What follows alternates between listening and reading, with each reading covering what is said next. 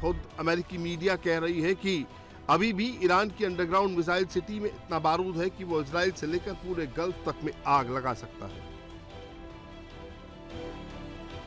ये कतर के रास लाफान गैस प्लांट की तस्वीरें हैं, जिसे ईरान ने पिछले दिनों मिसाइल अटैक से उड़ा दिया था।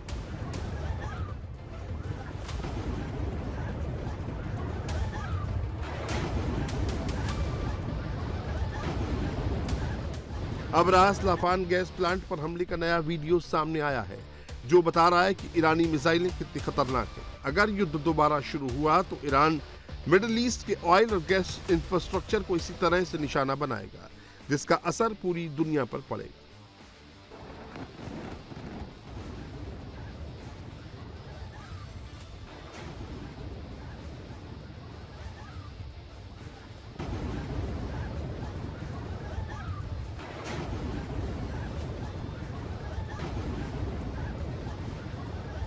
मिडिल ईस्ट में अमेरिका का सबसे बड़ा बेस कतर में है, जिसका नाम है अल उदैद।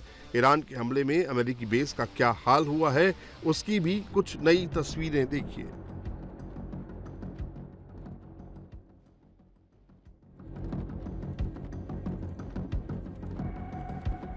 ईरानी मिसाइलों ने कतर के अल उदैद बेस पर लगे अमेरिका के सबसे बड़े रडार को पहले ही दिन ध्वस्त कर दिया था। इस रडार की कीमत $1.1 बिलियन के करीब है। खबर तो यह भी है कि सीजफायर के बीच चीन से कई कार्गो प्लेन ईरान पहुंचे हैं। अमेरिकी खुफिया एजेंसियों के मुताबिक युद्ध विराम के बीच चीन ईरान को मैन पैड्स समेत नए एयर डिफेंस सिस्टम से लैस कर रहा है। उधर IRGC कह रहा है कि उसकी उंगलियां ट्रिगर पर हैं। बातचीत के बीच अगर अमेरिका ने धोखा दिया तो इस बार ऐसा हमला होगा कि दुनिया देखेगी।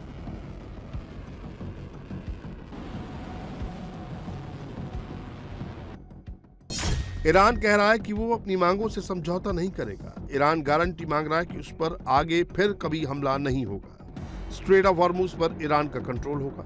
ईरान को यूरेनियम इनरिचमेंट का अधिकार मिले। अमेरिका की तरफ से लगे आर्थिक प्रतिबंध हटाए जाएं। ईरान पर लगाए गए सभी प्रतिबंध खत्म किए जाएं। UNSC में ईरान के खिलाफ प्रस्ताव वापस हो।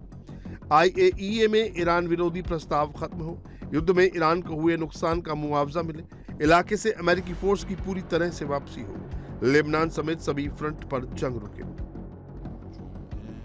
अमेरिका के सामने सबसे बड़ा संकट स्ट्रेट ऑफ हॉर्मुज है, जिस पर अभी ईरानियों की मजबूत पकड़ है। वहीं अमेरिका का दावा है कि हॉर्मुज में जो माइंस लगाई गई हैं, उसे खुद ईरान भी नहीं ढूंढ पा रहा है। गल्फ मुल्क ईरान से हॉर्मुज आजाद करवाना चाहते हैं, लेकिन ईरान इसके लिए तैयार नहीं है। ट्रंप एक बार फिर ब्रिटेन और दूसरे देशों से हॉर्मुज खुलवाने के लिए मदद मांग रहे हैं। Obviously, the discussion moved very quickly to the ceasefire, a sense that it's fragile, that more work is needed, that the Strait of Hormuz has to be part of the solution, a very strong sense that there can't be tolling or restrictions on that navigation. There's a sense here, as there is, I think, in the United Kingdom, that this conflict is going to define us for a generation, and we must respond, and we will respond with strength.